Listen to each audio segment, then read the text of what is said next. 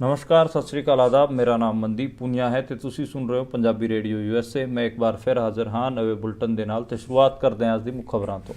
ਉੱਤਰ ਪ੍ਰਦੇਸ਼ 'ਚ ਹੋਈ ਰਾਜ ਸਭਾ ਚੋਣਾਂ ਦੀ ਵੋਟਿੰਗ ਦੌਰਾਨ ਸਮਾਜਵਾਦੀ ਪਾਰਟੀ ਦੇ 8 ਵਿਧਾਇਕਾਂ ਨੇ ਕ੍ਰੋਸ ਵੋਟਿੰਗ ਕੀਤੀ ਹੈ। ਕਿਹਾ ਜਾ ਰਿਹਾ ਹੈ ਕਿ ਇਹ 8 ਵਿਧਾਇਕ ਕੱਲ ਅਖਿਲੇਸ਼ ਯਾਦਵ ਦੀ ਡਿਨਰ ਪਾਰਟੀ 'ਚ ਸ਼ਾਮਿਲ ਨਹੀਂ ਹੋਏ ਸੀ ਤੇ ਇਹਨਾਂ 8 ਵਿਧਾਇਕਾਂ ਨੇ ਬੀਜੇਪੀ ਨੂੰ ਵੋਟਾਂ ਪਾਈਆਂ ਨੇ। ਹਿਮਾਚਲ ਪ੍ਰदेश 'ਚ ਵੀ 9 ਕਾਂਗਰਸ ਵਿਧਾਇਕਾਂ ਤੇ ਆਰੋਪ ਲੱਗ ਰਹੇ ਨੇ ਕਿ ਉਹਨਾਂ ਨੇ ਕ੍ਰੋਸ ਵੋਟਿੰਗ ਕੀਤੀ ਹੈ। ਸੀਐਮ ਸੁੱਖੂ ਨੇ ਬਿਆਨ ਦਿੰਦਿਆਂ ਕਿਹਾ ਹੈ ਕਿ ਉਹਨਾਂ ਦੇ 40 ਵਿਧਾਇਕ ਨੇ, ਜੇ ਕੋਈ ਨਹੀਂ ਵਿਕਿਆ ਹੋਊਗਾ ਤੇ ਉਹਨਾਂ ਨੂੰ 40 ਵੋਟਾਂ ਪੈਣਗੀਆਂ। ਦੱਸ ਦਈਏ ਕਿ ਮੁਲਕ ਦੇ 3 ਸੂਬਿਆਂ 'ਚ 15 ਸੀਟਾਂ ਤੇ ਅੱਜ ਰਾਜ ਸਭਾ ਚੋਣਾਂ ਵਾਸਤੇ ਵੋਟਿੰਗ ਹੋਈ ਸੀ, ਜਿਨ੍ਹਾਂ 'ਚ 10 ਸੀਟਾਂ ਉੱਤਰ ਪ੍ਰਦੇਸ਼ 'ਚ ਸੀਗੀਆਂ, 1 ਹਿਮਾਚਲ ਪ੍ਰदेश ਦੀ ਤੇ 4 ਕਰਨਾਟਕ ਦੀ। ਕਰਨਾਟਕ ਕਾਂਗਰਸ ਦੇ ਕਈ ਵਿਧਾਇਕਾਂ ਤੇ ਵੀ ਆਰੋਪ ਲੱਗ ਰਿਹਾ ਕਿ ਉੱਥੇ ਵੀ ਕ੍ਰੋਸ ਵੋਟਿੰਗ ਹੋਈ ਹੈ। ਹਾਲਾਂਕਿ ਰਿਜ਼ਲਟ ਆਉਣ ਤੋਂ ਬਾਅਦ ਹੀ ਇਸ ਦੀ ਸਾਰੀ ਸੱਚਾਈ ਪਤਾ ਲੱਗੂਗੀ। ਸਾਲ 2024 ਦੇ ਲੋਕ ਸਭਾ ਚੋਣਾਂ ਵਾਸਤੇ ਆਮ ਆਦਮੀ ਪਾਰਟੀ ਨੇ ਦਿੱਲੀ 'ਚ ਆਪਣੇ 4 ਉਮੀਦਵਾਰਾਂ ਦੀ ਘੋਸ਼ਣਾ ਕਰ ਦਿੱਤੀ ਹੈ। ਕਿਹਾ ਜਾ ਰਿਹਾ ਹੈ ਕਿ 3 ਸੀਟਾਂ ਤੇ ਕਾਂਗਰਸ ਪਾਰਟੀ ਚੋਣ ਲੜੂਗੀ ਤੇ 4 ਸੀਟਾਂ ਤੇ ਆਮ ਆਦਮੀ ਪਾਰਟੀ ਚੋਣ ਲੜੂਗੀ ਤੇ ਇਹਨਾਂ 7 ਸੀਟਾਂ ਦਿੱਲੀ ਦੀ 7 ਸੀਟਾਂ ਤੇ ਇਹਨਾਂ ਦੋਵਾਂ ਪਾਰਟੀਆਂ ਦਾ ਅਲਾਇੰਸ ਹੈਗਾ। ਕੇਰਲ ਦੀ ਵਾਇਨਾਡ ਸੀਟ ਤੋਂ ਡੈਮੋਕ੍ਰੈਟਿਕ ਲੈਫਟ ਅਲਾਇੰਸ ਨੇ ਆਪਣੇ ਉਮੀਦਵਾਰ ਦੀ ਘੋਸ਼ਣਾ ਕਰ ਦਿੱਤੀ ਹੈ ਤੇ ਉਹਨਾਂ ਨੇ ਬਿਆਨ ਦਿੰਦਿਆਂ ਕਿਹਾ ਹੈ ਕਿ ਉੱਥੋਂ ਰਾਹੁਲ ਗਾਂਧੀ ਨੂੰ ਚੁਣਾਵ ਨਹੀਂ ਲੜਨਾ ਚਾਹੀਦਾ। ਰਾਹੁਲ ਗਾਂਧੀ ਨੇ ਨਰਿੰਦਰ ਮੋਦੀ ਤੇ ਨਿਸ਼ਾਨਾ ਸਾਧਦਿਆਂ ਕਿਹਾ ਹੈ ਕਿ ਨਰਿੰਦਰ ਮੋਦੀ ਨੂੰ ਇਤਿਹਾਸ ਕਦੇ ਵੀ ਮਾਫ ਨਹੀਂ ਕਰੂਗਾ। ਉਹਨਾਂ ਦਾ ਇਹ ਬਿਆਨ ਨੌਜਵਾਨਾਂ ਦੇ ਭਰਤੀ ਪੇਪਰ ਲੀਕ ਤੇ ਬੇਰੁਜ਼ਗਾਰੀ ਦੇ ਮਾਮਲੇ ਨਾਲ ਜੁੜਿਆ ਹੋਇਆ ਹੈ। ਕਾਂਗਰਸ ਨੇ ਕਿਹਾ ਹੈ ਕਿ ਜੇ ਉਹਨਾਂ ਦੀ ਸਰਕਾਰ ਸੈਂਟਰ 'ਚ ਆਉਂਦੀ ਹੈਗੀ ਆ ਤੇ ਉਹ ਅਗਨੀਵੀਰ ਯੋਜਨਾ ਨੂੰ ਰੱਦ ਕਰਨਗੇ ਤੇ ਪੁਰਾਣੇ ਤਰੀਕੇ ਨਾਲ ਹੀ ਆਰਮੀ ਦੀ ਭਰਤੀ ਪ੍ਰਕਿਰਿਆ ਨੂੰ ਜਾਰੀ ਰੱਖਣਗੇ। ਕਲਕੱਤਾ ਹਾਈ ਕੋਰਟ ਨੇ ਪੱਛਮੀ ਬੰਗਾਲ ਪੁਲਿਸ ਨੂੰ ਕਿਹਾ ਹੈ ਕਿ ਉਹ ਸਾਂਝਾ ਸ਼ੇਖ ਦੀ ਗ੍ਰਿਫਤਾਰੀ ਕਰਨ ਤੇ ਤ੍ਰਿਣਮੂਲ ਕਾਂਗਰਸ ਸਰਕਾਰ ਨੇ ਵੀ ਇਹ ਮੰਨਿਆ ਹੈ ਕਿ ਉਹ ਸਾਂਝਾ ਸ਼ੇਖ ਨੂੰ ਬਚਾ ਨਹੀਂ ਰਹੇ ਤੇ 7 ਦਿਨਾਂ ਅੰਦਰ ਹੀ ਉਹਨਾਂ ਦੀ ਗ੍ਰਿਫਤਾਰੀ ਹੋ ਜੂਗੀ। ਆਰਐਸਐਸ ਦੇ ਕਿਸਾਨ ਸੰਗਠਨ ਨੇ ਕਿਸਾਨ ਅੰਦੋਲਨ ਨੂੰ ਭੰਡਦਿਆਂ ਇੱਕ ਨਿੰਦਾ ਪ੍ਰਸਤਾਵ ਪਾਰਿਤ ਕੀਤਾ ਹੈ ਤੇ ਕਿਹਾ ਹੈ ਕਿ ਇਹ ਰਾਜਨੀਤਿਕ ਪੈਂਤੜੇਬਾਜ਼ੀ ਕੀਤੀ ਜਾ ਰਹੀ ਹੈ। ਇਹ ਵੀ ਦੱਸਦੀ ਹੈ ਕਿ ਹਰਿਆਣਾ ਤੇ ਪੰਜਾਬ ਦੇ ਕਿਸਾਨਾਂ ਦੇ ਅੰਦੋਲਨ ਨੂੰ ਅੱਜ ਪੂਰੇ 15 ਦਿਨ ਹੋ ਗਏ ਨੇ। ਵਿਦੇਸ਼ ਮੰਤਰੀ ਐਸ ਜੈਸ਼ੰਕਰ ਨੇ ਕਿਹਾ ਹੈ ਕਿ ਕੈਨੇਡਾ ਜਾਂ ਕਿਸੇ ਵੀ ਮੁਲਕ 'ਚ ਅਲਗਾਵਵਾਦ ਅਤੇ ਹਿੰਸਾ ਦੀ ਵਕਾਲਤ ਕਰਨਾ ਅਭਿਵਿਅਕਤੀ ਦੀ ਆਜ਼ਾਦੀ ਦਾ ਗਲਤ ਇਸਤੇਮਾਲ ਹੈ। ਇਹ ਸੀਗੀਆਂ ਅੱਜ ਦੀਆਂ ਮੁੱਖ ਖਬਰਾਂ। ਹੁਣ ਆਪਾਂ ਇਹਨਾਂ ਖਬਰਾਂ ਦਾ ਵਿਸ਼ਲੇਸ਼ਣ ਕਰਦੇ ਹਾਂ ਤੇ ਸ਼ੁਰੂਆਤ ਕਰਦੇ ਹਾਂ ਆਪਾਂ ਰਾਜ ਸਭਾ ਦੀ ਚੋਣ ਵਾਲੀ ਖਬਰ ਤੋਂ।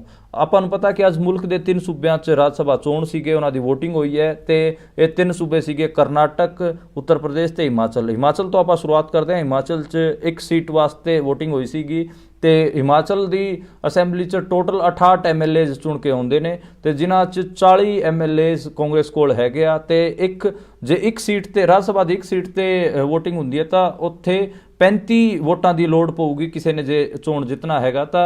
ਇਹ ਇਸ ਹਿਸਾਬ ਨਾਲ ਕਾਂਗਰਸ ਦਾ ਜਿਹੜਾ ਕੈਂਡੀਡੇਟ ਹੈਗਾ ਅਭਿਸ਼ੇਕ ਮਨੂ ਸਿੰਘ ਵੀ ਉਹ ਆਰਾਮ ਨਾਲ ਜਿੱਤ ਸਕਦਾ ਹੈ।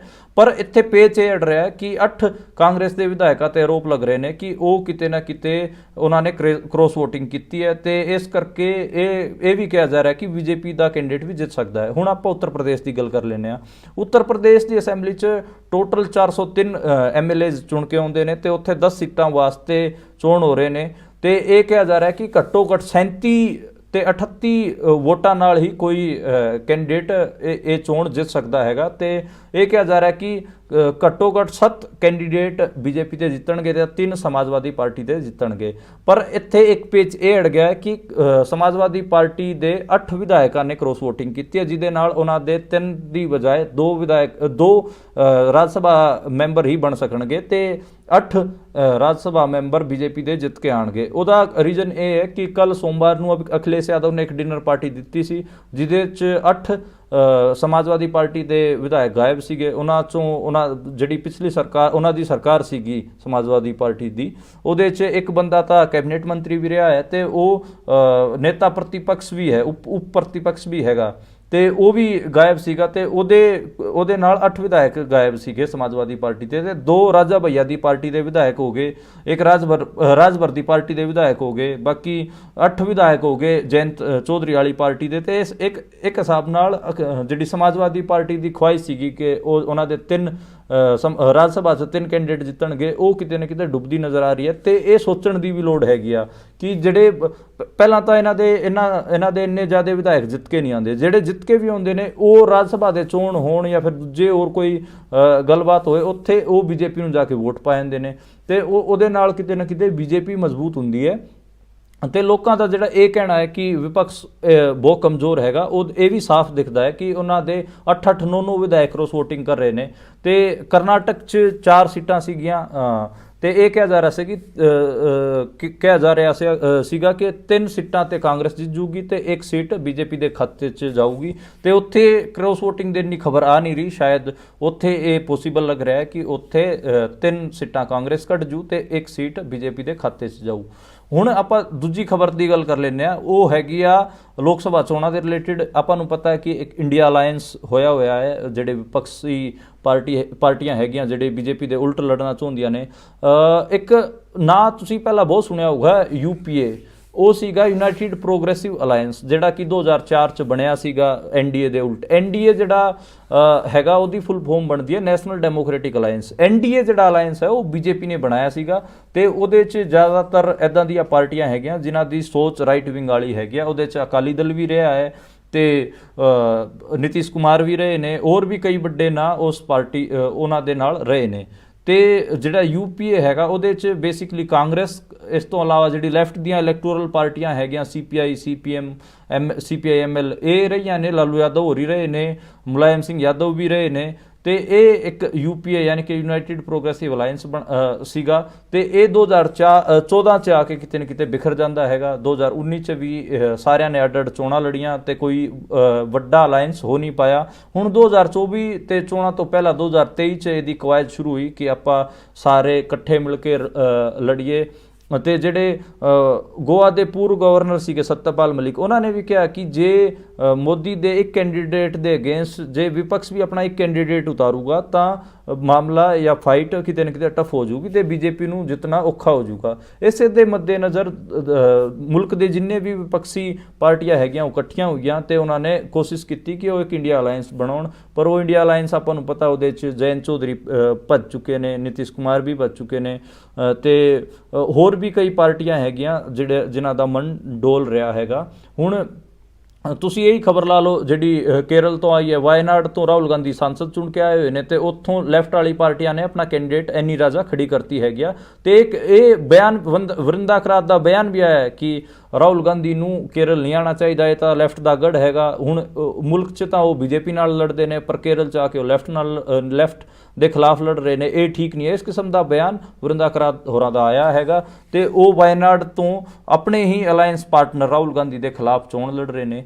ਇੱਦਾਂ ਹੀ ਆਪਾਂ ਜੇ ਦੇਖੀਏ ਤਾਂ ਪੰਜਾਬ 'ਚ ਆਮ ਆਦਮੀ ਪਾਰਟੀ ਤੇ ਕਾਂਗਰਸ ਦੀ ਕੋਈ ਗੱਲ ਨਹੀਂ ਬਣ ਰਹੀ, ਪਰ ਦਿੱਲੀ 'ਚ ਉਹ ਗੱਲ ਬਣ ਗਈ ਹੈ। ਦਿੱਲੀ 'ਚ 7 ਸੀਟਾਂ ਨੇ ਆਪਾਂ ਨੂੰ ਪਤਾ ਹੈ ਤੇ ਉੱਥੇ 4 ਸੀਟਾਂ ਤੇ ਅੱਜ ਆਮ ਆਦਮੀ ਪਾਰਟੀ ਨੇ ਆਪਣੇ ਕੈਂਡੀਡੇਟ ਅਨਾਉਂਸ ਕਰਤੇ ਤੇ 3 ਸੀਟਾਂ ਤੇ ਉਹ ਕਾਂਗਰਸ ਨੂੰ ਲੜਨ ਵਾਸਤੇ ਉਹਨਾਂ ਨੇ ਛੱਡ ਦਿੱਤੀਆਂ ਨੇ ਤੇ ਕਾਂਗਰਸ ਆਪਣੇ ਕੈਂਡੀਡੇਟ ਅਨਾਉਂਸ ਕਰੂਗੀ। ਇੱਕ ਸੀਟ ਜਿਹੜੀ ਚੰਡੀਗੜ੍ਹ ਵਾਲੀ ਹੈਗੀ ਆ ਉਹ ਆਮ ਆਦਮੀ ਪਾਰਟੀ ਨੇ ਕਾਂਗਰਸ ਵਾਸਤੇ ਛੱਡਤੀ ਹੈ ਤੇ ਇੱਕ ਸੀਟ ਹਰਿਆਣਾ 'ਚ ਟੋਟਲ 10 ਸੀਟਾਂ ਨੇ ਤੇ ਕਾਂਗਰਸ ਨੇ ਇੱਕ ਸੀਟ ਕੁਰੂਕਸ਼ੇਤਰ ਵਾਲੀ ਉਹ ਆਮ ਆਦਮੀ ਪਾਰਟੀ ਨੂੰ ਦੇਤੀ ਹੈ ਤੇ ਬਾਕੀ 9 ਸੀਟਾਂ ਤੇ ਹਰਿਆਣਾ 'ਚ ਕਾਂਗਰਸ ਆਪਣੇ ਕੈਂਡੀਡੇਟ ਖੜਾਊਗੀ। ਤੇ ਇਹਦੇ ਉਲਟ ਪੰਜਾਬ 'ਚ ਆਮ ਆਦਮੀ ਪਾਰਟੀ ਤੇ ਕਾਂਗਰਸ ਦੀ ਕੋਈ ਵੀ ਗੱਲਬਾਤ ਨਹੀਂ ਬਣ ਰਹੀ। ਉਹਨਾਂ ਦਾ ਕੋਈ ਨਾ ਤਾਂ ਇਹ ਹੋ ਸਕਦਾ ਹੈ ਕਿ 7 ਸੀਟਾਂ ਤੇ ਆਮ ਆਦਮੀ ਪਾਰਟੀ ਲੜ ਲਵੇ ਜਾਂ 6 ਸੀਟਾਂ ਤੇ ਕਾਂਗਰਸ ਲੜ ਲਵੇ, ਪਰ ਇੱਥੇ ਉਹਨਾਂ ਦਾ ਇਹ ਕਹਿਣਾ ਉਹਨਾਂ ਦੇ ਆਗੂਆਂ ਦਾ ਕਿ ਇੱਥੇ ਬੀਜੇਪੀ ਤੋਂ ਇੰਨਾ ਵੱਡਾ ਕੋਈ ਖਤਰਾ ਹੈ ਨਹੀਂ, ਤਾਂ ਇਸ ਸਾਡੇ ਵਿਚਕਾਰ ਹੈਲਦੀ ਕੰਪੀਟੀਸ਼ਨ ਹੈਗਾ। ਜੇ ਅਸੀਂ 13 ਦੀ 13 ਤੇ ਆਪਸ ਆਮਣੇ ਸਾਹਮਣੇ ਲੜੀਏ ਤਾਂ ਸਾਡੀ ਜਿੱਤ ਹੋਣੀ ਹੈ। ਹਾਲਾਂਕਿ ਜੇ ਅਕਾਲੀ ਦਲ ਦਾ ਬੀਜੇਪੀ ਨਾਲ ਅਲਾਇੰਸ ਹੋ ਜਾਂਦਾ, ਉਹ ਪਹਿਲਾਂ ਵੀ NDA ਦੇ ਪਾਰਟਨਰ ਰਹੇ ਨੇ, ਜੇ ਹੋ ਜਾਂਦਾ ਤਾਂ ਕਿਤੇ ਨਾ ਕਿਤੇ ਕਈ ਸੀਟਾਂ ਤੇ ਉਹਨਾਂ ਨੂੰ ਮੁਸ਼ਕਲਾਂ ਦਾ ਜਿਹੜਾ ਆਮ ਆਦਮੀ ਪਾਰਟੀ ਤੇ ਕਾਂਗਰਸ ਵਾਲੇ ਹੈਗੇ ਉਹਨਾਂ ਨੂੰ ਮੁਸ਼ਕਲਾਂ ਦਾ ਸਾਹਮਣਾ ਕਰਨਾ ਪਊਗਾ। ਹਾਲਾਂਕਿ ਅਕਾਲੀ ਦਲ NDA 'ਚ ਹੁਣ ਤਾਂ ਸ਼ਾਮਿਲ ਨਹੀਂ ਹੋ ਸਕਦਾ, ਇੱਕ ਪ੍ਰੈਸ਼ਰ ਹੈਗਾ ਕਿਉਂਕਿ ਕਿਸਾਨ ਅੰਦੋਲਨ ਚੱਲ ਰਿਹਾ ਹੈ, ਕਿਸਾਨ ਪਿਛਲੇ 15 ਦਿਨਾਂ ਤੋਂ ਬਾਰਡਰਾਂ ਤੇ ਬੈਠੇ ਨੇ ਤੇ ਇਹ ਮੋਟਾ ਇੰਡੀਆ ਅਲਾਇੰਸ ਜਿਹੜਾ ਹੈਗਾ ਉਹਦੀ ਗੱਲਬਾਤ ਸੀਗੀ ਕਿ ਇੰਡੀਆ ਅਲਾਇੰਸ ਤੇ NDA ਕਿਵੇਂ ਆਮਣੇ ਸਾਹਮਣੇ ਨੇ ਤੇ ਸੀਟ ਸ਼ੇਅਰਿੰਗ ਦੇ ਮਾਮਲੇ ਤੇ ਉੱਤਰ ਪ੍ਰਦੇਸ਼ 'ਚ ਵੀ ਸ਼ੁਰੂਆਤ 'ਚ ਆਪਾਂ ਨੂੰ ਦੇਖਣ ਨੂੰ ਮਿਲਿਆ ਸੀਗਾ ਕਿ ਅਖਿਲੇਸ਼ ਯਾਦਵ ਤੇ ਕਾਂਗਰਸ ਦੀ ਗੱਲਬਾਤ ਨਹੀਂ ਬਣ ਰਹੀ, ਪਰ ਹੁਣ ਪਿਛਲੇ 2-3 ਦਿਨਾਂ ਤੋਂ ਆਪਾਂ ਦੇਖ ਰਹੇ ਹਾਂ ਕਿ ਉੱਥੇ ਸ਼ਾਂਤੀ ਹੈਗੀ ਆ ਤੇ ਉੱਥੇ ਸੀਟਾਂ ਦਾ ਬਟਵਾਰਾ ਉਹਨਾਂ ਨੇ ਆਪਸ 'ਚ ਕਰ ਲਿਆ ਹੈ ਤੇ ਲੱਗ ਰਿਹਾ ਹੈ ਕਿ ਸਮਾਜਵਾਦੀ ਪਾਰਟੀ ਤੇ ਕਾਂਗਰਸ ਦਾ ਉੱਥੇ ਅਲਾਇੰਸ ਕੰਮ ਕਰ ਜੂਗਾ। ਜਿਵੇਂ ਆਮ ਆਦਮੀ ਪਾਰਟੀ ਤੇ ਕਾਂਗਰਸ ਦਾ ਅਲਾਇੰਸ ਦਿੱਲੀ 'ਚ ਕੰਮ ਕਰਦਾ ਨਜ਼ਰ ਆ ਰਿਹਾ ਹੈ, ਹਰਿਆਣੇ 'ਚ ਕੰਮ ਕਰਦਾ ਨਜ਼ਰ ਆ ਰਿਹਾ ਹੈ। ਐਂ ਜਿਹੜੇ ਕਿ ਬਿਹਾਰ ਹੈਗਾ, ਬਿਹਾਰ 'ਚ ਲਾਲੂ ਯਾਦਵ ਦੇ ਮੁੰਡਾ ਜਿਹੜਾ ਤੇਜਸਵੀ ਯਾਦਵ ਹੈਗਾ ਉਹਦੇ ਨਾਲ ਉਹਨਾਂ ਦੀ ਠੀਕ ਬਣਦੀ ਹੈ, ਪਰ ਅੱਜ ਬਿਹਾਰ ਤੋਂ ਵੀ ਇੱਕ ਖਬਰ ਬਹੁਤ ਆਪਾਂ ਇਹਨੂੰ ਕਹੀਏ ਕਿ ਇੰਡੀਆ ਅਲਾਇੰਸ ਵਾਸਤੇ ਇੱਕ ਖਰਾਬ ਖਬਰ ਆਈ, ਉਹ ਸੀਗੀ ਕਿ ਉੱਥੇ ਕਾਂਗਰਸ ਦੇ 2 ਵਿਧਾਇਕ ਤੇ ਆਰਜੇਡੀ ਦੀ ਇੱਕ ਵਿਧਾਇਕ ਬੀਜੇਪੀ 'ਚ ਚਲੀ ਗਈ ਹੈ। ਤੇ ਮੈਂ ਜਦੋਂ ਦਾ ਬੁਲੇਟਿਨ ਕਰ ਰਿਹਾ ਉਦੋਂ ਤੋਂ ਹੀ ਹਰ ਰੋਜ਼ ਇੱਦਾਂ ਦੀ ਖਬਰਾਂ ਦਿੰਦਾ ਜਿਹਦੇ 'ਚ ਬੀਜੇਪੀ 'ਚ ਵਿਪਕਸ਼ੀ ਪਾਰਟੀਆਂ ਦੇ ਵਿਧਾਇਕ ਸ਼ਾਮਿਲ ਹੁੰਦੇ ਨੇ। ਜਿਵੇਂ ਕੱਲ ਮੈਂ ਦੱਸਿਆ ਸੀਗਾ ਝਾਰਖੰਡ ਦੀ ਖਬਰ, ਉਸ ਤੋਂ ਪਹਿਲਾਂ ਮੈਂ ਮਹਾਰਾਸ਼ਟਰ ਦੀ ਦੱਸੀ ਸੀਗੀ। ਕੱਲ ਝਾਰਖੰਡ 'ਚ ਜਿਹੜੇ ਸਾਬਕਾ ਸੀਐਮ ਸੀਗੇ ਉਹਨਾਂ ਦੀ ਵਾਈਫ ਮਧੂ ਕੋੜਾ ਦੀ ਵਾਈਫ ਗੀਤਾ ਕੋੜਾ ਬੀਜੇਪੀ 'ਚ ਗਈ ਸੀਗੀ। ਮਹਾਰਾਸ਼ਟਰ ਦੇ ਵੀ ਸਾਬਕਾ ਸੀਐਮ ਜਾ ਚੁੱਕੇ ਨੇ ਬੀਜੇਪੀ 'ਚ। ਤੇ ਅੱਜ ਬਿਹਾਰ ਤੋਂ ਖਬਰ ਆਈ ਹੈ, ਕ੍ਰੋਸ ਵੋਟਿੰਗ ਦੀ ਖਬਰਾਂ ਲੈ ਲਓ, ਚਾਹੇ ਹਿਮਾਚਲ ਪ੍ਰਦੇਸ਼ 'ਚ ਕ੍ਰੋਸ ਵੋਟਿੰਗ ਦੀ ਖਬਰਾਂ ਹੋਣੀਆਂ, ਫਿਰ ਉੱਤਰ ਪ੍ਰਦੇਸ਼ 'ਚ ਸਮਾਜਵਾਦੀ ਪਾਰਟੀ ਦੇ 8 ਵਿਧਾਇਕਾਂ ਦੀ ਕ੍ਰੋਸ ਵੋਟਿੰਗ ਦੀ ਖਬਰਾਂ ਹੋਣ। ਤੇ ਇਹ ਸਾਰਾ ਦਿਖਾਉਂਦਾ ਹੈ ਕਿ ਕਿਤੇ ਨਾ ਕਿਤੇ ਬੀਜੇਪੀ 'ਚ ਇੱਕ ਵੱਡਾ ਸੈਕਸ਼ਨ ਵਿਪਕਸ਼ੀ ਆਗੂਆਂ ਦਾ ਜਾਣਾ ਚਾਹੁੰਦਾ ਹੈਗਾ ਤੇ ਉਹਨਾਂ ਦੀ ਲਾਈਨ ਹਜੇ ਟੁੱਟ ਨਹੀਂ ਰਹੀ। ਹਰ ਰੋਜ਼ 2-3 ਅਗਲੇ ਵਿਧਾਇਕ MP ਵਗੈਰਾ ਜੁਆਇਨ ਕਰਾ ਰਹੇ ਨੇ।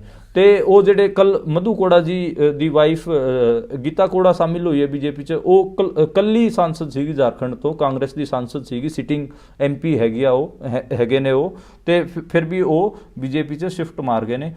ਅਤੇ ਇੱਦਾਂ ਦੀਆਂ ਜਿਹੜੀਆਂ ਖਬਰਾਂ ਹੈਗੀਆਂ ਬੀਜੇਪੀ 'ਚ ਸ਼ਾਮਿਲ ਹੋਣ ਵਾਲੀ, ਉਹ ਹਰਿਆਣੇ ਤੋਂ ਵੀ ਖਾਸੀਆਂ ਨੇ ਅਤੇ ਵੈਸਟਰਨ ਉੱਤਰ ਪ੍ਰਦੇਸ਼ ਰਾਜਸਥਾਨ ਤੋਂ ਵੀ ਖਾਸੀਆਂ ਇੱਦਾਂ ਦੀਆਂ ਖਬਰਾਂ ਨੇ ਜਿਹਦੇ 'ਚ ਜਿਹੜੇ ਕਾਂਗਰਸੀ ਆਗੂ ਹੈਗੇ ਆ ਉਹ ਬੀਜੇਪੀ 'ਚ ਜਾਣਾ ਚਾਹੁੰਦੇ ਨੇ। ਇੱਕ ਪੂਰੀ ਲਾਈਨ ਲੱਗੀ ਹੋਈ ਹੈ। ਆਪਾਂ ਅਖਿਲੇਸ਼ ਯਾਦਵ ਦੇ ਬਿਆਨ ਬਾਰੇ ਵੀ ਗੱਲ ਕਰ ਲਈਏ ਇੱਕ ਵਾਰ ਕਿ ਅਖਿਲੇਸ਼ ਯਾਦਵ ਨੇ ਜਦੋਂ ਇਹ ਸਾਰਾ ਮਾਮਲਾ ਚੱਲਿਆ ਰਾਜ ਸਭਾ ਚੋਣਾਂ ਵਾਲਾ, ਉਹਦੇ 'ਚ ਉਹਨਾਂ ਨੇ ਬਿਆਨ ਦਿੰਦਿਆਂ ਕਿਹਾ ਕਿ ਜਿਨ੍ਹਾਂ ਨੇ ਇਹ ਜਿਹੜੇ ਵਿਧਾਇਕ ਸੀਗੇ ਇਹ ਦਲਿਤਾਂ ਦੀ ਵੋਟਾਂ ਤੇ, ਪਿਛੜਿਆਂ ਦੀ ਵੋਟਾਂ ਤੇ, ਕਿਸਾਨਾਂ ਦੀ ਵੋਟਾਂ ਤੇ ਚੁਣ ਕੇ ਆਏ ਸੀਗੇ ਤੇ ਹੁਣ ਇਹ ਬੀਜੇਪੀ ਨੂੰ ਵੋਟਾਂ ਦੇ ਰਹੇ ਨੇ। ਇਹ ਤੋਂ ਸਾਫ਼ ਹੋ ਰਿਹਾ ਕਿ ਉਹਨਾਂ 'ਚ ਲੜਨ ਦਾ ਦਮ ਨਹੀਂ ਹੈਗਾ। ਤੇ ਉਹਨਾਂ ਨੇ ਆਪਣੇ ਜਿਹੜੇ ਇਹ 8 ਵਿਧਾਇਕ ਸੀਗੇ ਉਹਨਾਂ ਤੋਂ ਵੀ ਕਿਨਾਰਾ ਕਰ ਲਿਆ। ਤੇ ਆਪਾਂ ਜੇ ਗੱਲ ਕਰੀਏ ਰਾਹੁਲ ਗਾਂਧੀ ਦੇ ਇੱਕ ਬਿਆਨ ਦੀ ਜਿਹਦੇ 'ਚ ਉਹਨਾਂ ਨੇ ਕਿਹਾ ਕਿ ਨਰਿੰਦਰ ਮੋਦੀ ਨੂੰ ਇਤਿਹਾਸ ਕਦੇ ਵੀ ਮਾਫ ਨਹੀਂ ਕਰੂਗਾ, ਉਹ ਬਿਆਨ ਕਿਤੇ ਨਾ ਕਿਤੇ ਉਹਨਾਂ ਨੇ ਜਿਹੜੇ ਪੇਪਰ ਕੈਂਸਲ ਹੋ ਰਹੇ ਨੇ ਤੇ ਨੌਜਵਾਨਾਂ ਦੀ ਬੇਰੁਜ਼ਗਾਰੀ ਦਾ ਮਾਮਲਾ ਹੈਗਾ, ਅਗਨੀਵੀਰ ਯੋਜਨਾ ਦਾ ਮਾਮਲਾ ਹੈਗਾ, ਉਹਦੇ ਤੇ ਉਹਨਾਂ ਨੇ ਦਿਆ ਹੈ। ਆਪਾਂ ਨੂੰ ਪਤਾ ਕਿ ਉੱਤਰ ਪ੍ਰਦੇਸ਼ 'ਚ ਪਿਛਲੇ ਦਿਨੀ ਜਿਹੜੇ ਕੌਂਸਟੇਬਲ ਦੀ ਭਰਤੀ ਸੀਗੀ, ARO ਦੀ ਭਰਤੀ ਸੀਗੀ, ਉਹਦੇ ਪੇਪਰ ਲੀਕ ਹੋ ਗਏ ਸੀਗੇ ਜਿਹਦੇ ਖਿਲਾਫ UP 'ਚ ਨੌਜਵਾਨਾਂ ਨੇ ਵੱਡੇ ਪ੍ਰੋਟੈਸਟ ਕੀਤੇ। ਉੱਥੇ ਯੋਗੀ ਦੀ ਪੁਲਿਸ ਨੇ ਲਾਠੀਚਾਰਜ ਵੀ ਕਰਾਇਆ, ਪਰ ਆਖਰ 'ਚ ਯੋਗੀ ਸਰਕਾਰ ਨੇ ਇਹ ਦੇਖਿਆ ਕਿ ਬਹੁਤ ਜ਼ਿਆਦਾ ਵੱਡੀ ਗਿਣਤੀ 'ਚ ਨੌਜਵਾਨ ਸੜਕਾਂ 'ਤੇ ਨੇ ਤੇ ਉਹਨਾਂ ਨੇ ਉਹ ਭਰਤੀ ਕੈਂਸਲ ਕਰਤੀ। ਤੇ ਇਸੇ ਕਿਸਮ ਨਾਲ ਜਿਹੜੀ ਅਗਨੀਵੀਰ ਯੋਜਨਾ ਸੀਗੀ ਜਿਹਦੇ 'ਚ ਉਹਨਾਂ ਨੇ ਕਿਹਾ ਕਿ ਅਸੀਂ ਸਿਰਫ 4 ਸਾਲ ਵਾਸਤੇ ਹੀ ਬੱਚਿਆਂ ਨੂੰ, ਨੌਜਵਾਨਾਂ ਨੂੰ ਭਰਤੀ ਕਰਾਂਗੇ, ਉਹਦੇ ਖਿਲਾਫ ਵੀ ਖਾਸਾ ਗੁੱਸਾ ਆਪਾਂ ਨੂੰ ਨੌਜਵਾਨਾਂ 'ਚ ਦੇਖਣ ਨੂੰ ਮਿਲ ਰਿਹਾ, ਪਰ ਉਹਨਾਂ ਦੀ ਕੋਈ ਵੱਡੀ ਵੋਇਸ ਨਹੀਂ ਬਣ ਰਹੀ। ਇਸੇ ਕਰਕੇ ਕਾਂਗਰਸ ਇਹ ਸਾਰਾ ਕੁਝ ਸਮਝ ਰਹੀ ਹੈ ਕਿ ਨੌਜਵਾਨਾਂ ਦੇ ਅੰਦਰ ਬੇਰੁਜ਼ਗਾਰੀ ਨੂੰ ਲੈ ਕੇ ਤੇ ਜਿਹੜੇ ਜੋਬਸ ਦੀ ਰਿਕਰੂਟਮੈਂਟ ਹੈਗੀ ਆ ਉਹਨਾਂ 'ਚ ਜਿਹੜੀ ਧਾਂਦਲੀ ਹੋ ਰਹੀ ਹੈ ਉਹਨਾਂ ਦੇ ਪ੍ਰਤੀ ਖਾਸਾ ਗੁੱਸਾ ਹੈਗਾ ਤੇ ਉਹਨਾਂ ਨੇ ਇਹ ਇਸ਼ੂ ਨੂੰ ਪਿਕ ਵੀ ਕੀਤਾ ਹੈ। ਜਿਹੜੇ ਕਾਂਗਰਸ ਦੇ ਪ੍ਰੈਜ਼ੀਡੈਂਟ ਹੈਗੇ ਆ ਮਲਿਕਾਰਜੁਨ ਖੜਗੇ, ਉਹਨਾਂ ਨੇ ਰਾਸ਼ਟਰਪਤੀ ਨੂੰ ਲੈਟਰ ਵੀ ਲਿਖਿਆ ਹੈ ਜਿਹਦੇ 'ਚ ਉਹਨਾਂ ਨੇ ਕਿਹਾ ਹੈ ਕਿ ਬਈ ਤੁਸੀਂ ਇਹ ਜਿਹੜੀ ਅਗਨੀਵੀਰ ਯੋਜਨਾ ਹੈ ਇਹਨੂੰ ਖਾਰਿਜ ਕਰੋ। ਤੇ ਉਹਨਾਂ ਨੇ ਬਿਆਨ ਵੀ ਦਿੰਦਿਆਂ ਕਿਹਾ ਕਿ ਜੇ ਉਹਨਾਂ ਦੀ ਸਰਕਾਰ ਆਈ, ਕਾਂਗਰਸ ਦੀ ਸਰਕਾਰ ਆਈ, ਤਾਂ ਉਹ ਅਗਨੀਵੀਰ ਯੋਜਨਾ ਨੂੰ ਰੱਦ ਕਰ ਦੇਣਗੇ। ਜਿਵੇਂ ਪਹਿਲਾਂ ਉਹ ਸਿਪਾਹੀ ਭਰਤੀ ਕਰਦੇ ਸੀਗੇ ਜਾਂ ਫਿਰ ਆਰਮੀ 'ਚ ਲੋਕਾਂ ਨੂੰ ਭਰਤੀ ਕਰਦੇ ਸੀਗੇ ਨੌਜਵਾਨਾਂ ਨੂੰ, ਉੱਦਾਂ ਹੀ ਉਹ ਭਰਤੀ ਕਰਨਗੇ। ਅਤੇ ਇਹ ਕਿਤੇ ਨਾ ਕਿਤੇ ਅੱਜ ਦੀਆਂ ਮੋਟੀਆਂ ਮੁਲਕ ਦੀ ਸਿਆਸੀ ਖਬਰਾਂ ਸੀਗੀਆਂ, ਪਰ ਇੱਕ ਖਬਰ ਜਿਹੜੀ ਕਿ ਪੰਜਾਬੀਆਂ ਵਾਸਤੇ ਜਾਂ ਫਿਰ ਆਪਾਂ ਕਹਿ ਲਈਏ ਕਿ ਪੰਜਾਬ ਵਾਸਤੇ ਬਹੁਤ ਜ਼ਰੂਰੀ ਹੈਗੀ, ਉਹ ਹੈ S ਜੈਸ਼ੰਕਰ ਦਾ ਬਿਆਨ। ਉਹ ਮੈਂ ਇੱਕ ਵਾਰ ਆਪ ਜੀ ਨੂੰ ਪੂਰਾ ਪੜ੍ਹ ਕੇ ਸੁਣਾ ਦਿੰਦਾ। ਉਹਨਾਂ ਨੇ ਇੱਕ ਨਿੱਜੀ TV ਇੰਟਰਵਿਊ 'ਚ ਕਿਹਾ ਕਿ ਜਿਹੜੇ ਕੈਨੇਡਾ ਜਾਂ ਫਿਰ ਹੋਰ ਦੂਜੇ ਮੁਲਕ ਹੈਗੇ ਆ, ਉੱਥੇ ਜਿਹੜੇ ਅਲਗਾਵਵਾਦ ਤੇ ਹਿੰਸਾ ਦੀ ਗੱਲ ਕਰਦੇ ਨੇ ਉਹ ਕਿਤੇ ਨਾ ਕਿਤੇ ਅਭਿਵਿਅਕਤੀ ਦੀ ਆਜ਼ਾਦੀ ਦੇ ਖਿਲਾਫ ਹੀ ਨੇ, ਉਲਟੀ ਨੇ। ਤੇ ਉਹਨਾਂ ਨੇ ਇਹ ਵੀ, ਉਹਨਾਂ ਤੋਂ ਸਵਾਲ ਪੁੱਛਿਆ ਗਿਆ ਸੀਗਾ ਕਿ G20 ਜਦੋਂ ਚੱਲ ਰਿਹਾ ਸੀ ਉਦੋਂ ਕੈਨੇਡਾ ਤੇ ਇੰਡੀਆ ਦੀ ਤਲਖੀ ਦੇਖੀ ਗਈ ਤੇ ਵੀਜ਼ਾ ਪ੍ਰੋਸੈਸ ਵੀ ਰੋਕਿਆ ਗਿਆ। ਤੇ ਉਹਨਾਂ ਨੇ ਉਹਦਾ ਜਵਾਬ ਦਿੰਦਿਆਂ ਕਿਹਾ ਕਿ ਦੇਖੋ ਸਾਡੇ ਉੱਥੇ ਜਿਹੜੇ ਉਹ ਸੀਗੇ ਐਂਬੈਸਡਰ ਸੀਗੇ, ਉਹਨਾਂ 'ਤੇ ਹਮਲੇ ਹੋਏ ਤੇ ਉਹ ਸੇਫ ਮਹਿਸੂਸ ਨਹੀਂ ਕਰ ਰਹੇ ਸੀਗੇ, ਇਸ ਕਰਕੇ ਉਹਨਾਂ ਦੀ ਸੇਫਟੀ ਨੂੰ ਦੇਖਦਿਆਂ ਅਸੀਂ ਇੱਕ ਸਟੈਪ ਪਿੱਛੇ ਲਿਆ ਸੀਗਾ, ਪਰ ਹੁਣ ਚੀਜ਼ਾਂ ਨੋਰਮਲ ਹੋ ਰਹੀਆਂ ਨੇ। ਤੇ ਉਹਨਾਂ ਨੇ ਜਿਹੜੇ ਅਲਗਾਵਵਾਦ ਦੀ ਗੱਲ ਕਰਨ ਵਾਲੇ ਹੈਗੇ ਆ ਤੇ ਇਹਨਾਂ ਤੇ ਇੱਕ ਹਿਸਾਬ ਨਾਲ ਕਿਹਾ ਕਿ ਇਹਨਾਂ ਦੇ ਜੇ ਕੈਨੇਡਾ ਆਪਣੇ ਆਪ ਨੂੰ ਡੈਮੋਕ੍ਰੈਟਿਕ ਮੁਲਕ ਮੰਨਦਾ ਹੈਗਾ ਤੇ ਉਹਨਾਂ ਨੂੰ ਉਹ ਜਿਹੜੇ ਹਿੰਸਾ ਦੀ ਗੱਲ ਕਰਦੇ ਨੇ ਜਾਂ ਫਿਰ ਖਾਲਿਸਤਾਨ ਦੀ ਗੱਲ ਕਰਦੇ ਨੇ ਉਹਨਾਂ ਦਾ ਉਹਨਾਂ ਦਾ ਸਾਥ ਨਹੀਂ ਦੇਣਾ ਚਾਹੀਦਾ। ਪਰ ਮੈਂ ਜੈ ਸ਼ੰਕਰ ਦੇ ਸਟੇਟਮੈਂਟ ਤੋਂ ਸਹਿਮਤ ਨਹੀਂ ਆ। ਉਹਨਾਂ ਦੇ ਇੱਕ ਇਸ ਸਟੇਟਮੈਂਟ ਤੋਂ ਇੱਕ ਸਵਾਲ ਖੜਾ ਕਰਦਾ, ਜਿਵੇਂ ਪੰਜਾਬ 'ਚ ਲਗਾਤਾਰ ਹਿਊਮਨ ਰਾਈਟ ਵਾਇਲੇਸ਼ਨ ਹੋ ਰਿਹਾ। ਹੁਣ ਇੱਕ ਨੌਜਵਾਨ ਕਿਸਾਨ ਮਾਰਿਆ ਗਿਆ ਸ਼ੁਭਕਰਨ, ਤੇ ਉਹਦੀ ਉਮਰ ਵੀ ਸਿਰਫ 23 ਸਾਲ ਸੀਗੀ, ਤੇ ਕਿਸਾਨਾਂ ਨੂੰ ਦਿੱਲੀ ਨਹੀਂ ਜਾਣ ਦਿਆ ਜਾ ਰਿਹਾ। ਤੇ ਇਹ ਸਾਰਾ ਤੁਸੀਂ ਕਰ ਰਹੇ ਹੋ ਇੰਡੀਆ 'ਚ, ਤੇ ਕਿਤੇ ਨਾ ਕਿਤੇ ਪੰਜਾਬੀ ਕੌਮ ਆਈਸੋਲੇਸ਼ਨ 'ਚ ਤਾਂ ਤੁਸੀਂ ਉਹਨਾਂ ਦੀ ਕੌਮ ਨੂੰ ਆਈਸੋਲੇਟ ਕਰ ਰਹੇ ਹੋ, ਤੇ ਪੰਜਾਬੀ ਕੌਮ ਆਪਣੇ ਆਪ ਨੂੰ ਆਈਸੋਲੇਟ ਫੀਲ ਕਰ ਰਹੀ ਹੈ, ਤਾਂ ਉਹ ਕਿਤੇ ਨਾ ਕਿਤੇ ਗੁੱਸੇ ਨੂੰ ਕੱਢੂਗੀ ਨਾ, ਤੇ ਉਹ ਗੱਲ ਵੀ ਕਰੂਗੀ ਕਿ ਸਾਡੇ ਨਾਲ ਇਦਾਂ ਦਾ ਬਿਹੇਵ ਇੰਡੀਅਨ ਸਟੇਟ ਕਿਉਂ ਕਰ ਰਿਹਾ ਹੈ। ਤੇ ਜੈ ਸ਼ੰਕਰ ਉਹਦੇ ਤੇ ਕੁਝ ਨਹੀਂ ਬੋਲਣਗੇ, ਪਰ ਉਹ ਉਲਟ ਜਿਹੜਾ ਡਾਇਸਪੋਰਾ ਹੈਗਾ, ਜਿਹੜਾ ਪੰਜਾਬ ਦੀ ਗੱਲ ਕਰਦਾ, ਚਾਹੇ ਫੈਡਰਲ ਇਸ਼ੂਜ਼ ਦੀ ਗੱਲ ਹੋਵੇ ਜਾਂ ਫਿਰ ਇੱਥੇ ਜਿਹੜੇ ਹਿਊਮਨ ਰਾਈਟ ਵਾਇਲੇਸ਼ਨ ਹੈਗੀਆਂ, ਆਪਾਂ ਨੂੰ ਫੇਕ ਐਨਕਾਊਂਟਰਸ ਦਾ ਵੀ ਪਤਾ ਹੈ 90s ਤੋਂ ਬਾਅਦ ਜਿਹੜੇ ਹੋਈਆਂ ਪੰਜਾਬ 'ਚ, ਹਿਊਮਨ ਰਾਈਟ ਵਾਇਲੇਸ਼ਨਸ ਦਾ ਆਪਾਂ ਨੂੰ ਪਤਾ ਹੈ, ਫਾਰਮਰਸ ਦੇ ਕੀ ਇਹਨਾਂ ਨੇ ਹਾਲਾਤ ਕਰ ਰੱਖੇ ਨੇ, ਉਸ ਸਾਰੇ ਚੀਜ਼ਾਂ ਬਾਰੇ ਆਪਾਂ ਨੂੰ ਪਤਾ ਹੈ। ਪਰ ਫਿਰ ਵੀ ਕਿਤੇ ਨਾ ਕਿਤੇ ਇਹ ਜਿਹੜੇ ਜੈ ਸ਼ੰਕਰ ਵਰਗੇ ਲੋਕ ਹੈਗੇ ਆ, ਉਹਨਾਂ ਦੀ ਕੋਈ ਗੱਲ ਨਹੀਂ ਕਰਨਗੇ, ਤੇ ਸਿੱਧਾ ਉਹ ਇਹਨਾਂ ਨੂੰ ਵੱਖਵਾਦੀ, ਅੱਤਵਾਦੀ ਜਾਂ ਖਾਲਿਸਤਾਨੀ ਕਹਿ ਕੇ ਆਪਣਾ ਪੱਲਾ ਝਾੜ ਲੈਂਦੇ ਨੇ। ਉਹਨਾਂ ਦੇ ਨੈਰੇਟਿਵ 'ਚ ਵੀ ਫਿੱਟ ਬੈਠਦਾ। ਆਪਾਂ ਨੂੰ ਪਤਾ ਹੈ ਕਿ ਜਿਹੜਾ ਹਿੰਦੀ ਬੋਲਦਾ ਇਲਾਕਾ ਹੈਗਾ, ਸੈਂਟਰਲ ਇੰਡੀਆ ਕਹਿ ਲਈਏ ਜਾਂ ਫਿਰ ਨਾਰਥ ਇੰਡੀਆ ਕਹਿ ਲਈਏ, ਉਹਦੇ 'ਚ ਕਿਤੇ ਨਾ ਕਿਤੇ ਫੈਡਰਲ ਇਸ਼ੂਜ਼ ਬਾਰੇ ਐਡੀ ਗੱਲ ਹੁੰਦੀ ਨਹੀਂ, ਨਾ ਹਿਊਮਨ ਰਾਈਟਸ ਬਾਰੇ ਇੰਨੀ ਗੱਲ ਹੁੰਦੀ ਹੈ, ਜਾਂ ਫਿਰ ਜਿਹੜਾ ਪੰਜਾਬ 'ਚ ਤਸ਼ੱਦਦ ਹੋ ਰਿਹਾ ਉਹਦੇ ਬਾਰੇ ਵੀ ਇੰਨੀ ਗੱਲ ਨਹੀਂ ਹੁੰਦੀ। ਤੇ ਇਹਦੇ ਉਲਟੀ ਮਾਹੌਲ ਹੈਗਾ ਉੱਥੇ, ਤਾਂ ਹਰੇਕ ਪੰਜਾਬੀ, ਹਰੇਕ ਪੱਗ ਵਾਲਾ ਬੰਦਾ ਉਹਨਾਂ ਨੂੰ ਖਾਲਿਸਤਾਨੀ ਲੱਗਦਾ। ਇਸ ਕਰਕੇ ਇਹ ਜਿਹੜਾ ਜੈ ਸ਼ੰਕਰ ਬੋਲਿਆ ਹੈ, ਇਹਦੇ ਖਾਸ ਮਾਇਨੇ ਨੇ। ਇਹ ਹਿੰਦੀ ਬੈਲਟ ਦੀ ਵੋਟਾਂ ਖਿੱਚਣ ਵਾਸਤੇ ਕਰ ਰਹੇ ਨੇ। ਹੁਣ ਮੇਰਾ ਜਿਹੜਾ ਇਹ ਬੁਲੇਟਿਨ ਵੀ ਸੁਣ ਰਹੇ ਨੇ ਬਾਹਰ ਬੈਠੇ ਇੰਡੀਅਨ ਡਾਇਸਪੋਰਾ, ਉਹਦੇ 'ਚ ਪੰਜਾਬੀ ਤਾਂ ਇਸ ਗੱਲ ਨੂੰ ਸਮਝ ਰਹੇ ਨੇ ਕਿ ਉਹਨਾਂ ਨੂੰ ਕਿਵੇਂ ਆਈਸੋਲੇਟ ਕੀਤਾ ਜਾ ਰਿਹਾ। ਪਰ ਜਿਹੜਾ ਕੋਈ ਹਿੰਦੀ ਬੋਲਦਾ ਬੰਦਾ ਜਾਂ ਫਿਰ ਹਿੰਦੀ ਇਲਾਕਿਆਂ ਤੋਂ ਆਉਂਦਾ ਬੰਦਾ ਮੇਰਾ ਇਸ ਬੁਲੇਟਿਨ ਨੂੰ ਸੁਣ ਰਿਹਾ, ਤਾਂ ਉਹ ਮੈਨੂੰ ਗਾਲਾਂ ਕੱਢੂਗਾ, ਮੈਨੂੰ ਕਹੂਗਾ ਕਿ ਤੂੰ ਕੌਣ ਹੁੰਦਾ ਇਹਨਾਂ ਦਾ ਸਪੋਰਟ ਕਰਨ ਵਾਲਾ, ਇਹ ਤਾਂ ਦੇਸ਼ ਦਰੋਹੀ ਨੇ, ਅੱਤਵਾਦੀ ਨੇ। ਤੇ ਦੇਖੋ, ਤੁਹਾਡੇ ਇਸ ਨੁਕਤਿਆਂ ਨਾਲ ਕੋਈ ਫਰਕ ਨਹੀਂ ਪੈਂਦਾ। ਜੇ ਇੰਡੀਅਨ ਸਟੇਟ ਨੇ ਇੱਥੇ ਤਸੱਦਾਏ ਨੇ ਤੇ ਉਹਨਾਂ ਤੇ ਗੱਲ ਹੋਊਗੀ। ਜੇ ਇੱਥੇ ਪੰਜਾਬ 'ਚ ਹਿਊਮਨ ਰਾਈਟ ਵਾਇਲੇਸ਼ਨ ਕਰ ਰਹੇ ਨੇ ਤੇ ਉਹਦੇ ਤੇ ਗੱਲ ਹੋਊਗੀ। ਜੇ ਉਹ ਫਾਰਮਰਸ ਦੇ ਉਲਟ ਉਹਨਾਂ ਨੂੰ ਦਬਾਉਣ ਦੀ ਕੋਸ਼ਿਸ਼ ਕਰ ਰਹੇ ਨੇ, ਉਹਨਾਂ ਦੇ ਗੋਲੀਆਂ ਮਾਰ ਰਹੇ ਨੇ, ਉਹਨਾਂ ਦੇ ਹੈਵੀ ਸ਼ੈਲਿੰਗ ਕਰ ਰਹੇ ਨੇ, ਤੇ ਇਹਦੇ ਤੇ ਗੱਲ ਹੋਊਗੀ। ਤੇ ਤੁਸੀਂ ਕੋਈ ਨਹੀਂ ਹੁੰਦੇ ਕਿ ਉਹਨਾਂ ਦੀ ਗੱਲ ਕਰਨ ਵਾਲਿਆਂ ਨੂੰ ਤੁਸੀਂ ਖਾਲਿਸਤਾਨੀ ਅੱਤਵਾਦੀ ਕਹੋਗੇ। ਜੇ ਇਹ ਕੁਐਸਚਨ ਵੀ ਮਤਲਬ ਤੁਸੀਂ ਇਹ ਵੀ ਦੇਖੋਗੇ ਕਿ ਇਹ ਨੈਸ਼ਨਲਿਟੀ ਦਾ ਕੁਐਸਚਨ ਹੈਗਾ। ਹੁਣ ਜਿਹੜੀਆਂ ਮੈਚੋਰ ਕੌਮਾਂ ਹੈਗੀਆਂ, ਜਿਹਨੂੰ ਆਪਾਂ ਮੈਚੋਰ ਨੈਸ਼ਨਲਿਟੀਜ਼ ਕਹੀਏ, ਜਿਨ੍ਹਾਂ ਨੂੰ, ਜੇ ਉਹਨਾਂ ਕੋਲ ਆਪਣੀ ਭਾਸ਼ਾ ਹੈਗੀ, ਆਪਣਾ ਜੇ ਉਹ ਆਪਣੀ ਹੋਮਲੈਂਡ ਨੂੰ ਕਲੇਮ ਕਰਨ ਦੀ ਗੱਲਾਂ ਕਰ ਰਹੇ ਨੇ, ਤੇ ਉਹ ਰਾਈਟ ਟੂ ਸੈਲਫ ਡਿਟਰਮੀਨੇਸ਼ਨ ਇੱਕ ਚੀਜ਼ ਹੈਗੀ ਆ, ਇੱਕ ਥੋਟ ਹੈਗਾ ਜਿਹਦੇ 'ਚ ਲਗਾਤਾਰ ਗੱਲ ਹੁੰਦੀ ਹੈ ਕਿ ਲੋਕਾਂ ਨੂੰ ਰਾਈਟ ਟੂ ਸੈਲਫ ਡਿਟਰਮੀਨੇਸ਼ਨ ਵਾਸਤੇ ਵੋਟਿੰਗ ਕੀਤੀ ਜਾਵੇ ਜਾਂ ਕੋਈ ਇਸ ਕਿਸਮ ਦਾ ਕੰਮ ਕੀਤਾ ਜਾਵੇ। ਕਸ਼ਮੀਰੀਆਂ ਦੀ ਵੀ ਇਹ ਲਗਾਤਾਰ ਡਿਮਾਂਡ ਹੈਗੀ ਆ, ਤੇ ਪੰਜਾਬ 'ਚ ਕਿਉਂ ਨਹੀਂ ਹੋ ਸਕਦੀ? ਮਤਲਬ ਇਹ ਕੋਈ ਡੂਏਬਲ ਥਿੰਗ ਹੈਗੀ। ਆਪਾਂ ਨੂੰ USSR ਦਾ ਡਿਕਲਾਈਨ ਸਾਰਿਆਂ ਨੂੰ ਪਤਾ ਹੈ। ਲੈਨਿਨ ਨੇ ਇਹ ਗੱਲ ਕਹੀ ਸੀ ਕਿ ਜਿਹੜੇ ਨੈਸ਼ਨਲਿਟੀਜ਼ ਦਾ ਜਦੋਂ ਸਵਾਲ ਲੈਨਿਨ ਹੋਰਾਂ ਅੱਗੇ ਆਇਆ, ਤੇ ਉਹਨਾਂ ਨੇ ਰਾਈਟ ਟੂ ਸੈਲਫ ਡਿਟਰਮੀਨੇਸ਼ਨ ਦੀ ਗੱਲ ਕਹੀ ਸੀ। ਤੇ 90 'ਚ ਜਦੋਂ USSR, ਯਾਨੀ ਕਿ ਜਿਹੜਾ ਰਸ਼ੀਆ ਪਹਿਲਾ ਸੀਗਾ USSR, ਉਹ ਸਾਰਾ ਵਿਖਰਿਆ, ਉਹਦਾ ਕਾਰਨ ਵੀ ਇਹੀ ਸੀਗਾ ਕਿ ਉਹਨਾਂ ਨੇ ਰਾਈਟ ਟੂ ਸੈਲਫ ਡਿਟਰਮੀਨੇਸ਼ਨ ਦਿੱਤੀ, ਤੇ ਕਈ ਮੁਲਕ ਉਹਨਾਂ ਤੋਂ ਅੱਡ ਹੋਏ ਇਸੇ ਲਿਹਾਜ਼ ਤੇ। ਤੇ ਇਹ ਜਿਹੜਾ ਨੈਸ਼ਨਲਿਟੀ ਦਾ ਕੁਐਸਚਨ ਹੈਗਾ, ਇਹ ਪੋਲੀਟੀਕਲ ਕੁਐਸਚਨ ਹੈਗਾ। ਮਤਲਬ ਇਹਦੇ ਤੋਂ ਤੁਸੀਂ ਗਾਲਾਂ ਕੱਢ ਕੇ ਨਹੀਂ ਸਾਰ ਸਕਦੇ। ਇਹਦਾ ਇੱਕ ਸੋਲੂਸ਼ਨ ਜਾਂ ਫਿਰ ਇੱਕ ਇਹਦੇ ਤੇ ਪੋਲੀਟੀਕਲ ਡਿਬੇਟ, ਪੋਲੀਟੀਕਲ ਗੱਲਬਾਤ ਨਾਲ ਹੀ ਅੱਗੇ ਵਧੂਗੀ। ਤੁਸੀਂ ਮਤਲਬ ਆਪਣਾ ਹਾਈਪਰ ਨੈਸ਼ਨਲਿਜ਼ਮ ਜਾਂ ਫਿਰ ਆਪਣਾ ਸੋਰਨਿਜ਼ਮ ਦਿਖਾ ਕੇ ਜਿਹੜੀਆਂ ਹੋਰ ਕੌਮਾਂ ਨੇ ਉਹਨਾਂ ਨੂੰ ਦਬਾ ਨਹੀਂ ਸਕਦੇ। ਹੁਣ ਆਪਾਂ ਦੇਖਦੇ ਹਾਂ ਕਿ ਜਦੋਂ ਨੋਨ ਹਿੰਦੀ ਸਪੀਕਿੰਗ ਸਟੇਟਸ ਦੀ ਗੱਲ ਹੁੰਦੀ ਹੈ, ਕਸ਼ਮੀਰ ਦੀ ਗੱਲ ਹੁੰਦੀ ਹੈ, ਪੰਜਾਬ ਦੀ ਗੱਲ ਹੁੰਦੀ ਹੈ, ਸਾਊਥ ਇੰਡੀਆ ਵਾਲਿਆਂ ਦੀ ਗੱਲ ਹੁੰਦੀ ਹੈ, ਨਾਰਥ ਈਸਟ ਇੰਡੀਆ ਵਾਲਿਆਂ ਦੀ ਗੱਲ ਹੁੰਦੀ ਹੈ, ਉਦੋਂ ਜਿਹੜੇ ਸੈਂਟਰਲ ਇੰਡੀਅਨਸ ਹੈਗੇ ਆ, ਜਾਂ ਫਿਰ ਆਪਾਂ ਜੇ ਕਹਿ ਲਈਏ ਕਿ ਜਿਹੜੇ ਹਿੰਦੀ ਬੋਲਦੇ ਇਲਾਕੇ ਵਾਲੇ ਲੋਕ ਹੈਗੇ ਆ, ਉਹਨਾਂ ਦਾ ਸੋਰਨਿਜ਼ਮ ਐ ਚੜ੍ਹ ਕੇ ਆਉਂਦਾ, ਤੇ ਉਹ ਸਿੱਧਾ ਗਾਲਾਂ ਕੱਢਣ ਤੱਕ ਜਾਂਦੇ ਨੇ ਇਹਨਾਂ ਕੌਮਾਂ ਨੂੰ। ਤੁਸੀਂ ਗਾਲਾਂ ਕੱਢਣ ਵਾਲੇ ਕੌਣ ਹੋ? ਜੇ ਉਹਨਾਂ ਦੇ ਮਸਲੇ ਹੈਗੇ ਆ ਰਾਸ਼ਟਰੀਅਤਾ ਦੇ, ਨੈਸ਼ਨਲਿਟੀ ਦੇ, ਤੇ ਉਹ ਫਿਰ ਉਹਨਾਂ ਦਾ ਪੋਲੀਟੀਕਲ ਹੀ ਹੱਲ ਹੋਊਗਾ। ਗਾਲਾਂ ਕੱਢਣ ਤੋਂ ਕੋਈ ਕੰਮ ਨਹੀਂ ਚੱਲੂਗਾ। ਤੇ ਤੁਹਾਡਾ ਜਿਹੜਾ ਇਹ ਸੋਰਨਿਜ਼ਮ ਹੈ, ਇਹ ਹੀ ਲੋਕਾਂ ਨੂੰ ਆਈਸੋਲੇਟ ਕਰਦਾ, ਇਹਨਾਂ ਲੋਕਾਂ ਨੂੰ। ਤੇ ਇਹ ਆਈਸੋਲੇਸ਼ਨ ਉਹ ਪ੍ਰੋਪਰ ਫੀਲ ਕਰਦੇ ਨੇ। ਮਤਲਬ ਤੁਸੀਂ ਜਿਹੜਾ ਸਟੇਟ ਮਸ਼ੀਨਰੀ ਹੈਗੀ ਆ, ਉਹ ਲੋਕਾਂ ਤੇ ਅਟੈਕ ਵੀ ਕਰਦੀ ਹੈ। ਉਹ ਇਸ ਨਾਂ 'ਤੇ, ਨੈਸ਼ਨਲਿਜ਼ਮ ਦੇ ਨਾਂ 'ਤੇ ਉਹਨਾਂ ਦੇ ਪਰਚੇ ਵੀ ਦਰਜ ਕਰਦੀ ਹੈ। UAPA ਦੇ ਵਰਗੇ ਕੇਸ ਵੀ ਲਾਉਂਦੀ ਹੈਗੀ ਆ, NSA ਵਰਗੇ ਕੇਸ ਲਾਉਂਦੀ ਹੈਗੀ ਆ, ਤੇ ਉਹਨਾਂ ਨੂੰ ਜੇਲ੍ਹਾਂ 'ਚ ਵੀ ਢੁੱਕਦੀ ਹੈਗੀ ਆ, ਫੇਕ ਐਨਕਾਊਂਟਰਸ ਕਰਦੀ ਹੈਗੀ ਆ। ਤੇ ਐਡਾ ਕੁਛ ਇਹ ਲੋਕ ਕਰ ਰਹੇ ਨੇ, ਤੇ ਇਹਦੇ ਉਲਟ ਕੀ ਉੱਥੋਂ ਦੇ ਲੋਕਾਂ ਦਾ ਗੁੱਸਾ ਨਹੀਂ ਬਣੂਗਾ? ਉਹ ਤਾਂ ਬਣੂਗਾ। ਤੇ ਇਸ ਕਰਕੇ ਇਹ ਪੋਲੀਟੀਕਲ ਕੁਐਸਚਨ ਹੈ। ਜੈ ਸ਼ੰਕਰ ਤਾਂ ਸਿਰਫ ਵੋਟਾਂ ਵਾਸਤੇ ਇਸ ਕਿਸਮ ਦੀ ਬਿਆਨਬਾਜ਼ੀ ਕਰ ਰਹੇ ਨੇ।